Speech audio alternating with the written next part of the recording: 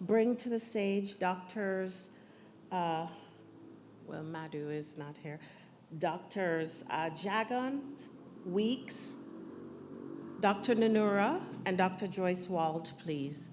They will be presenting and discussing around our international collaborations between HIC and the University of Pennsylvania in the area of heart failure.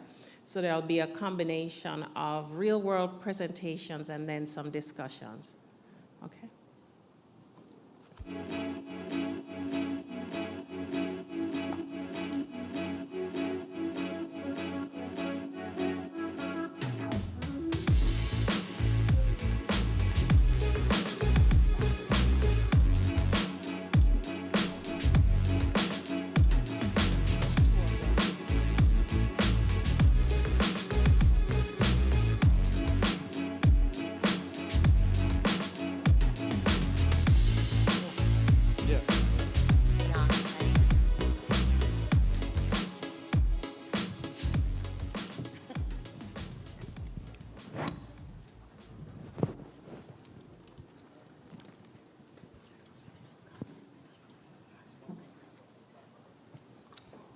Hello again. I'll just be discussing another case that we had recently of MINOCA, or myocardial infarction with non-obstructive coronary arteries or non-obstructive coronary atherosclerosis. So this patient was a 42-year-old Afro-Caribbean female, history of hypertension but not on treatment. She was a smoker and was referred from a community hospital after being treated for STEMI 1 month before presenting to us, so about April 4th. Following that, she represented to them around May 5th with symptoms of heart failure and was referred to us for angiogram and angioplasty. The rest of her history was otherwise normal. So at the time, she was being managed at this community hospital on standard anti-ischemic measures and treatment for heart failure as well, as you can see there. So on presenting to us, and this is 1 month after her STEMI diagnosis, this was her initial ECG, and you can see that there's Q waves in leads 1, AVL, and V1 to V6, and there's also T wave inversion throughout all of the chest leads as well. So findings in keeping with the previous MI that she had had. On arrival, these were her labs, so they were pretty unremarkable at the time. We also did our right and left ABIs that were normal. And interesting stuff comes with our echocardiograms. So I'll just show you the pictures that she has here. So our EF that we calculated was around 52, but we estimate it was lower than that, just looking at the echocardiogram, more around 40%. As you can see here in the images, not the greatest pictures, but you can see that the septum going down to the apex and a little piece of that lateral wall, that distal lateral wall, are very dyskinetic. The apical portion there looks a little bit dilated, more so than the rest of the left ventricle, and it's really only that proximal lateral wall that's working efficiently, or sort of efficiently. It's a little bit of a better view of the left ventricle there, and there you can see just the proximal lateral wall there that's really pumping. The rest of it is pretty hypokinetic. And on the short axis view, again, you can see that the septum going up to the lateral wall is barely doing anything at all, just that bottom portion there.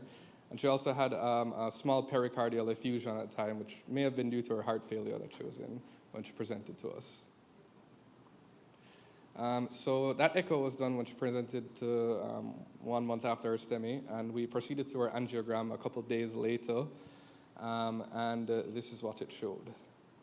So this is looking at the left side, and as you can see, there's no significant flow-limiting lesion there.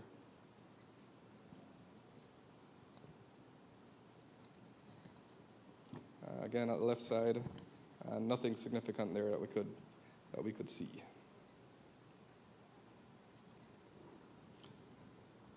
Just other views of the left side there, so you guys can have a look. And on the right side here, you can see, again, no significant flow-limiting stenosis there. So just a quick summary. So we have a middle-aged female, hypertension. She was also being managed for a psychiatric illness at the time, but that history isn't very clear. She had a non-reperfused STEMI about a month before presenting to us. And when she came to us, she had ECG, evidence of previous MI, as well as echo evidence with that large area, a very large area of hypokinetic left ventricle. But on her angiogram, we didn't find any significant stenosis.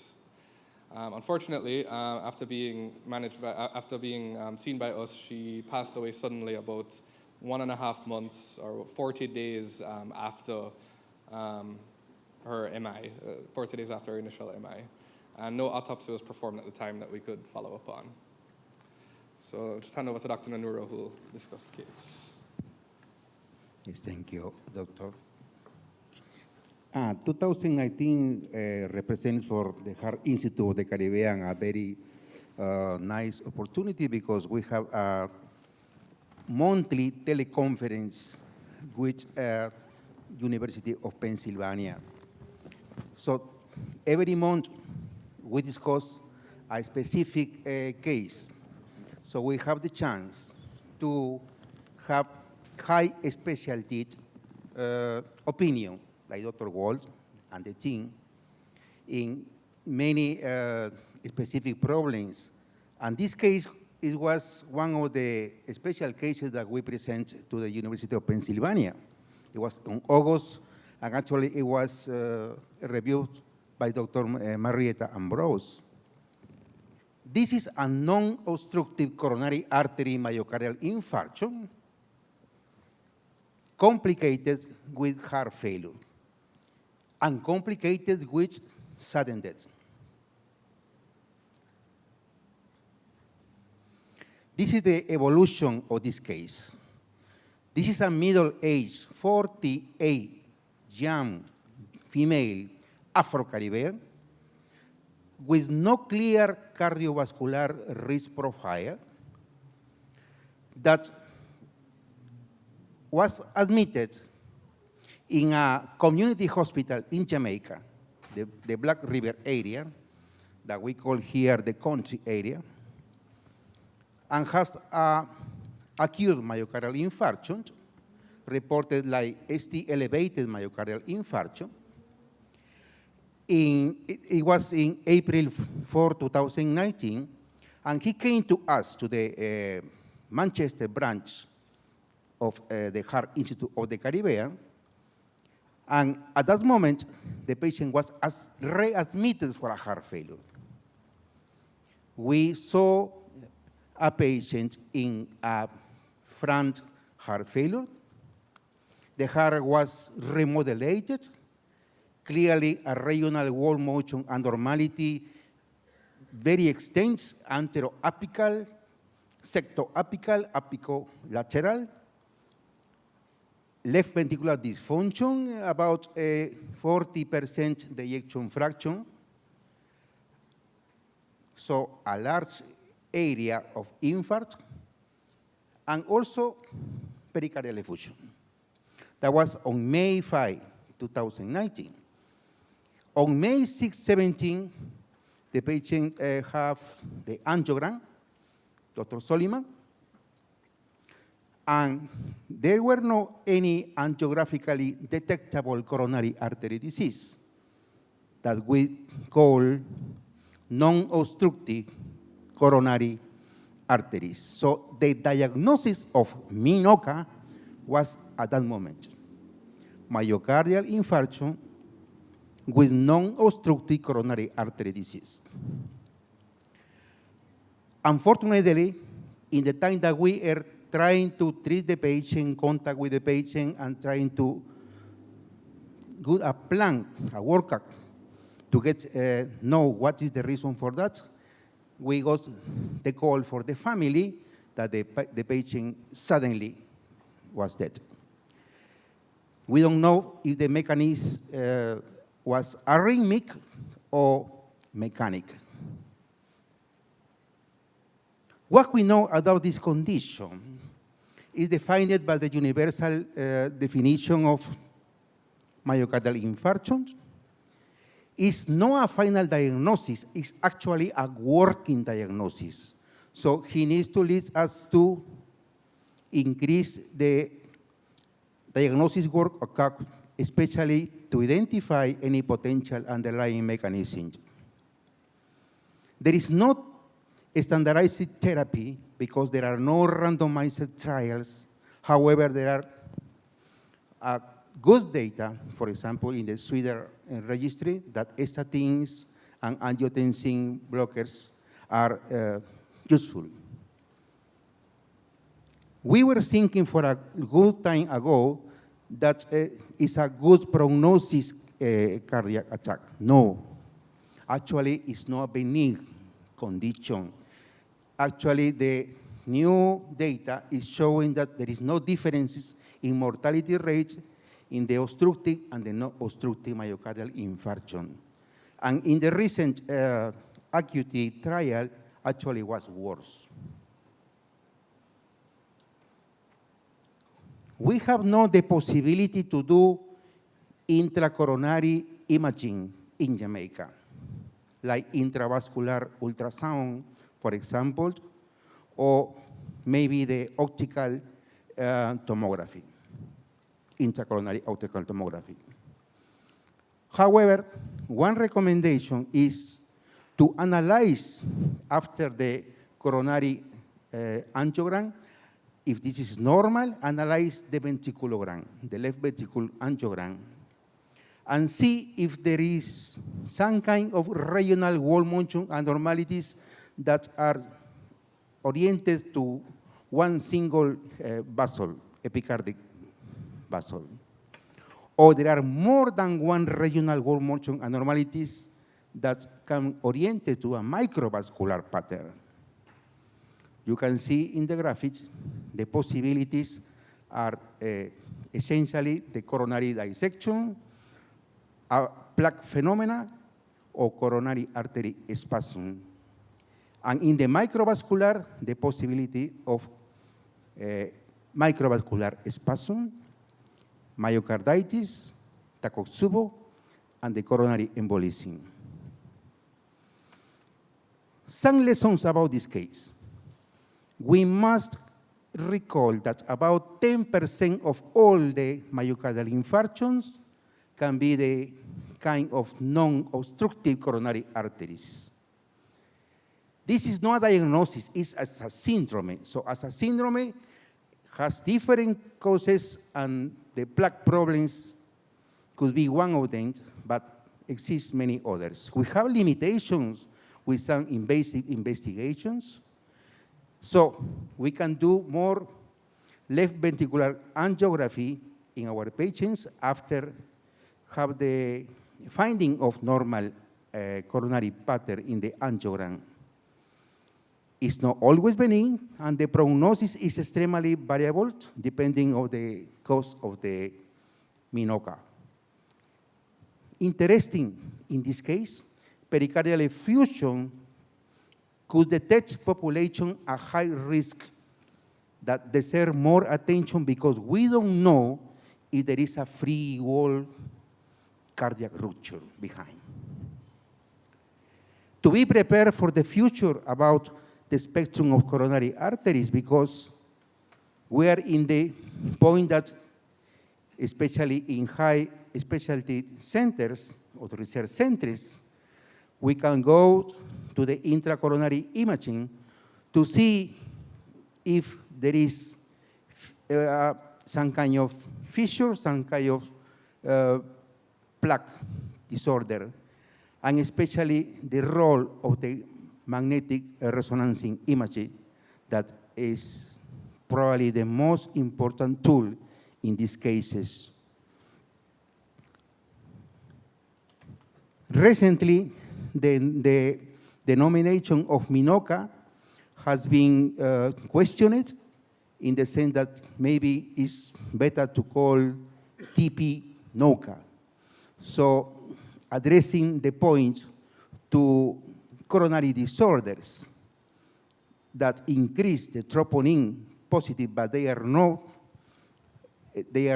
myocardial disorders, they are not non-cardiac disorders, they are exclusively coronary disorders.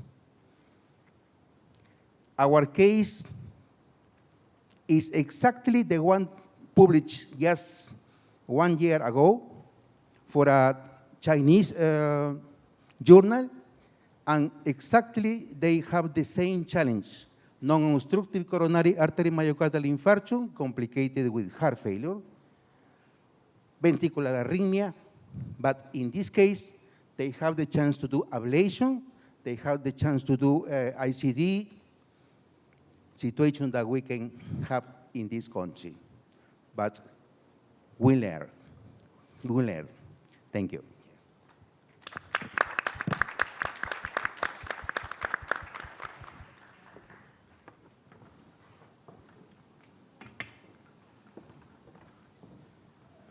Thank you, Dr. Felix. Sorry, I missed the starting of this session, but this is a session on HIC-PEN Collaborative that underscores the value of international collaborations in driving the quality of care in a situation. So we're making a lot of progress in that collaboration. The next presentation will also be related to this collaborative. Dr. Safia Wicks is one of our young medical officers. She will be presenting another case that has been discussed in the partnership, and Dr. Joyce Wald will do the discussion of the case after that. Safia?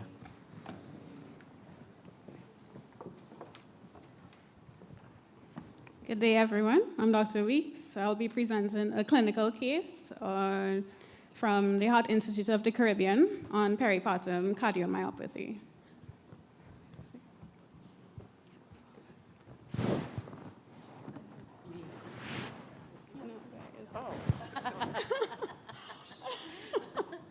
Technical difficulties. All right. So in this outline, we will be discussing the case, the investigations, and a summary of the patient's problem list. So we were presented with a patient, KWP, who at the time was 31 years old, who came complaining of worsening shortness of breath, orthopnea, chest pain, and cough for 4 days. In her history of presenting complaints, the dyspnea was exertional with moderate to maximal exertion. It was progressive, associated with orthopnea, and this actually occurred 2 weeks after her delivery. Cough was severe, constant, and dry. Chest pain was described as tightness, and she was referred for urgent echocardiogram from the regional hospital, from which she was admitted with severe cardiac failure. And for her past medical history, we essentially have a previously healthy primigravid Afro-Caribbean woman who, other than mild gestational hypertension that was detected in the last trimester, there were no major events during her pregnancy. She denied diabetes mellitus, and there were no other significant past medical history or identifiable causes of her heart failure. She's not had any previous surgery either. Currently, she's maintained on diuretics, beta blocker, as well as angiotensin receptor blocker, and class 2 arrhythmic.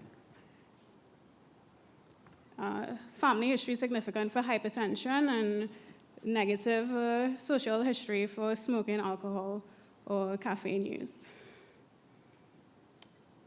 So we have a well-developed, well-nourished patient on examination who was in no acute distress at that time, blood pressure 131/88, pulse of 80, and a normal BMI of 24.1.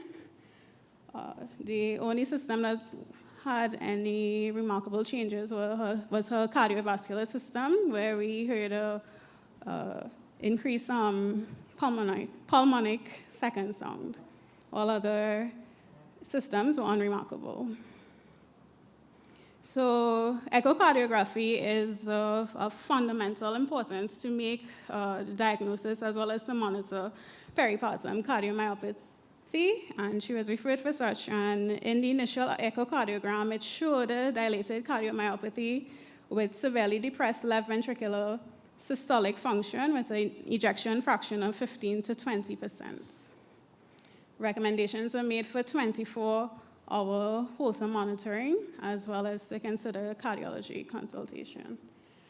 This patient has mostly been under her local hospital for her continued care, but she has been visiting HIC mostly for echocardiograms for follow-up.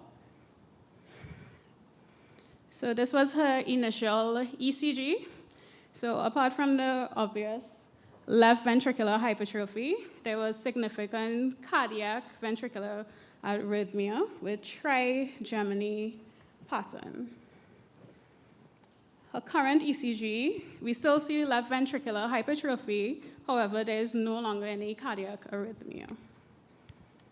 On her 24-hour ECG Holter, we were able to demonstrate a ventricular tachycardia that was non-sustained, and a motto that is repeated at HIC is that this is why we do what we do. We are able to monitor her cardiac remodeling over the course of 70 months, and it showed that we had improvement of left ventricular dimensions, as well as systolic functions with recovery, as seen in the graph.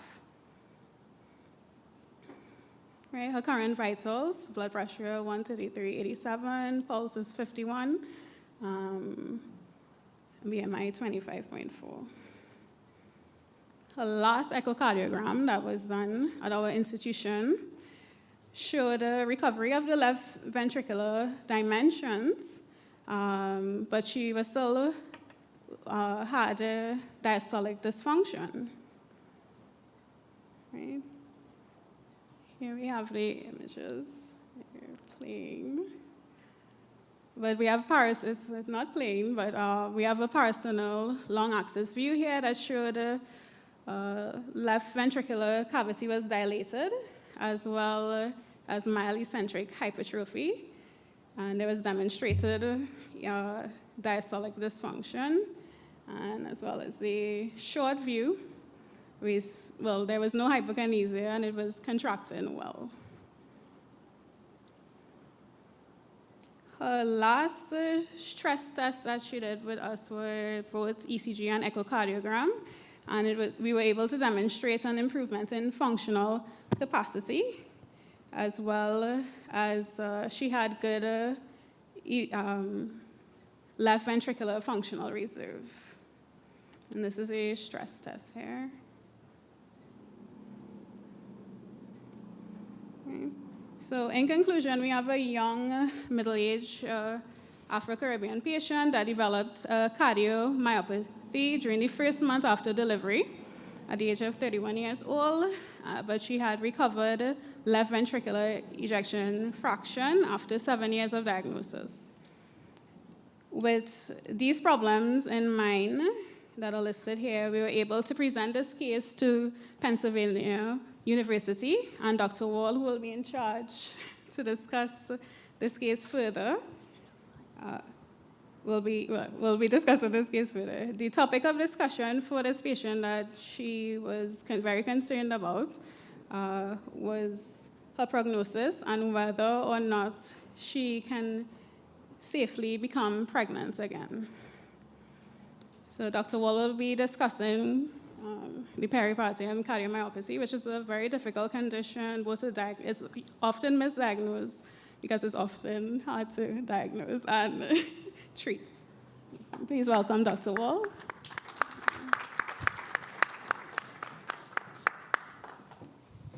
Thank you, Dr. Weeks.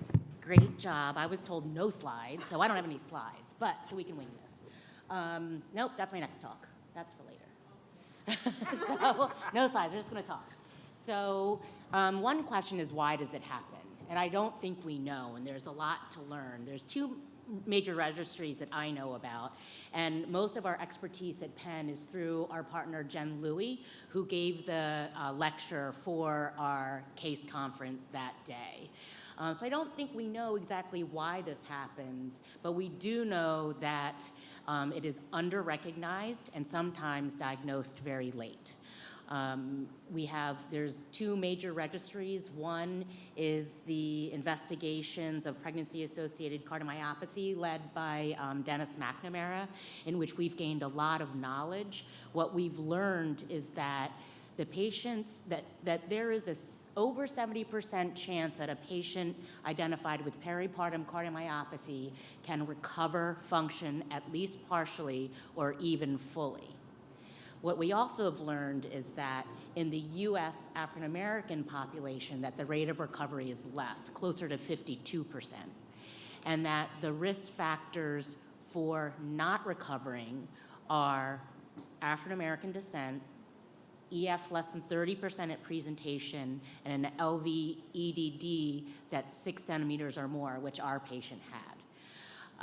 Penn also has a registry and has found those same risk factors to portend a poorer prognosis. However, we also found in the Penn registry that those who had a cardiomyopathy more than a month of duration also had a less likelihood of recovery. So to answer the prognosis question, I think that if caught early, if treated aggressively, peripartum cardiomyopathy, if you're going to get one, is going to be the best cardiomyopathy to get. Sorry to the guys in the room. But so we practice aggressive medical management, just as you did with this patient, Dr. Sweets. And one thing we're also looking into is bromocriptine. So bromocriptine blocks prolactin, and in a mechanism that I don't think is well understood, can, if we block it, enhance LV remodeling. So there is an NIH-funded multi-institutional study going on now to look at bromocriptine plus aggressive goal-directed medical therapy versus just goal-directed medical therapy in patients with peripartum cardiomyopathy. The issue is that it does increase the risk of thrombosis, so it must be used in combination with anticoagulation. Now, the question about repeat pregnancy. So the literature suggests that the rate of recurrence of peripartum cardiomyopathy can be as high as 20%, with a chance at not only fetal loss, but maternal loss as well.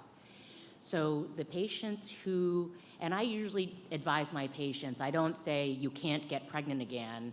I advise them on what the literature shows us. And what it shows us is if their EF did not recover at post-pregnancy, then they have a very high likelihood of significant recrudescence of their heart failure with high risk of fetal and maternal demise. Whereas if you have a patient who's had full recovery, such as this patient, and a stress test that shows that they have augmented contractility with exercise and stress, that they have a better chance at doing well with repeat pregnancy, although there's never a guarantee. So, any other questions? Any other questions? Yes. Oh, okay.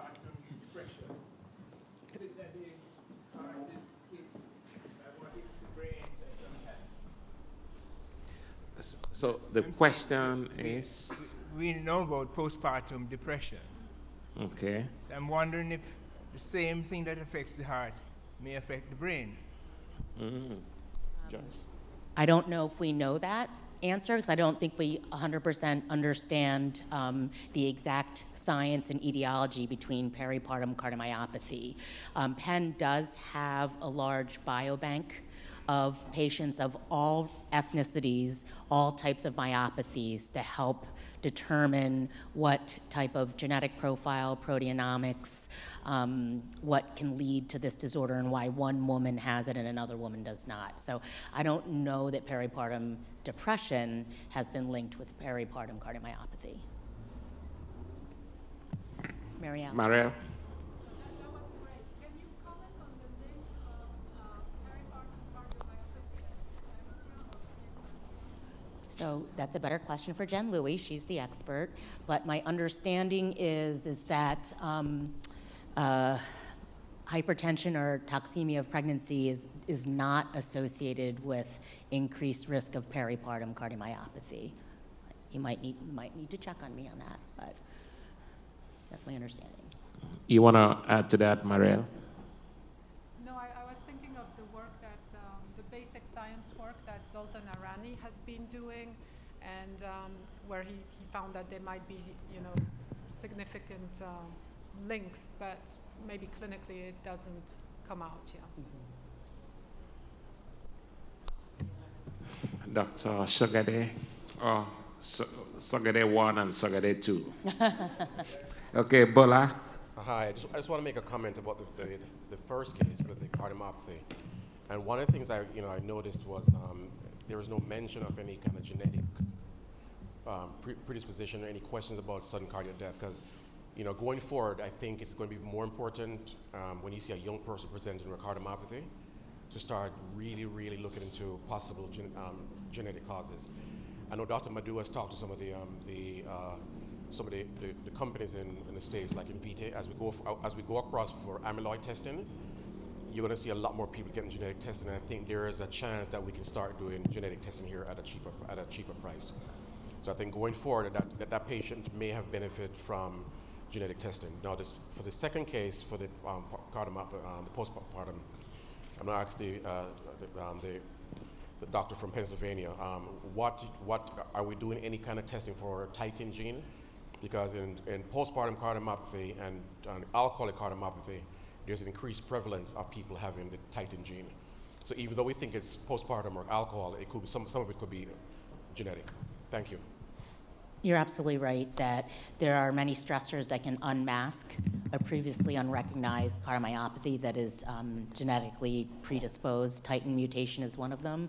Lamin AC is another. So Anjali Owens is the medical director of our genetics program, who works along with NIH and Children's Hospital to identify these genes that are disease-causing and disease-modifying. Okay, yeah. Thank you. I think, some of the comments I was going to make reflects what Peter just said, because there's still other mutations. Some of the sodium channel mutations, especially this patient also had a lot of ventricular ectopy. I didn't see the total count of the number of ectopy as a potential mechanism, and whether they're going to lower amiodarone dose long-term in this young patient, and also watch whether that ectopy returns, because sometimes a high burden of ventricular ectopy approaching 10% in 24 hours may be a potential mechanism. And when you see somebody presenting with a high volume of ventricular ectopy in the setting of a cardiomyopathy, some of the gain and loss of function mutation occurring may also be an underlying mechanism in these patients here. Excellent point. We're in agreement. Our electrophysiologists are very, very aggressive of evaluating PVC burden in those patients with cardiomyopathy, and if it is 10% or greater, then addressing it. And you're right, we don't like having a young person on amiodarone long-term, and may choose to aggressively titrate beta blockers and or ablation, but agree that PVC suppression is important. Yes, I was going to comment. I'm an OBGYN in the group, and the current recommendation after postpartum cardiomyopathy is for the women not to get pregnant. That's the current recommendation, because even when they recover completely, and complete recovery can take up to 48 months, they can develop poor left ventricular ejection fraction quicker. They can deteriorate quicker, and they can develop the condition faster. So the current recommendation, at least in the United States, is for them not to undergo subsequent pregnancies. We are in agreement. I agree wholeheartedly that the advice should be that it is much higher risk than the general population to get pregnant again. But we have a lot of mothers who want to have another child, so the best we can do is to advise them and use the data and risk stratify them to higher risk or less risk. But you're right, I advise my patients, Marielle, I'll be interested to see what you do as well.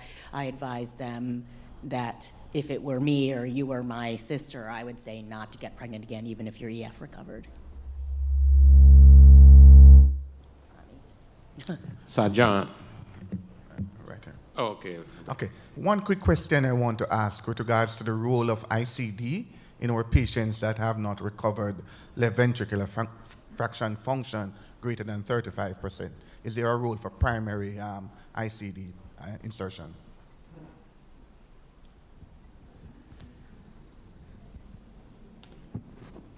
Yeah, we're using, with aggressive medical therapy, which will be my next lecture, if their EF has not recovered beyond 35%, we'll suggest an ICD in partnership with our electrophysiologists. Yes, in the case of myocardial infarction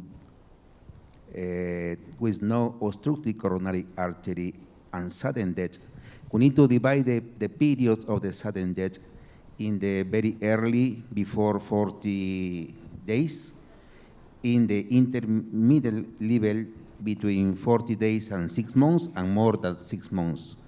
Apparently, sudden death prevention, primary prevention, could be in the intermediate level in between 40 days and 6 months.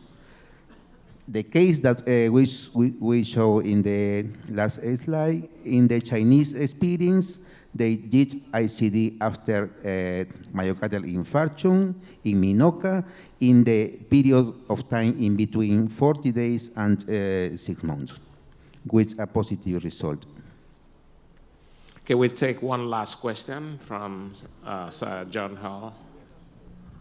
My concern, Doctor, is with regard to your comments on bromocriptine's adverse effects on the heart. I've been following up some 50 cases of Parkinson's disease, in which this is a standard therapeutic intervention over many years. And we have not had in that series any coronaries. Mostly men, of course, have this disease in Jamaica. And as you know, Parkinson's is not really very common in black people. So I'm a little concerned about this adverse effect. Can you dilate on that somewhat? I'm going to apologize. I'm not the expert on bromocriptine. Jen Louie is. She's our peripartum myopathy specialist at Penn.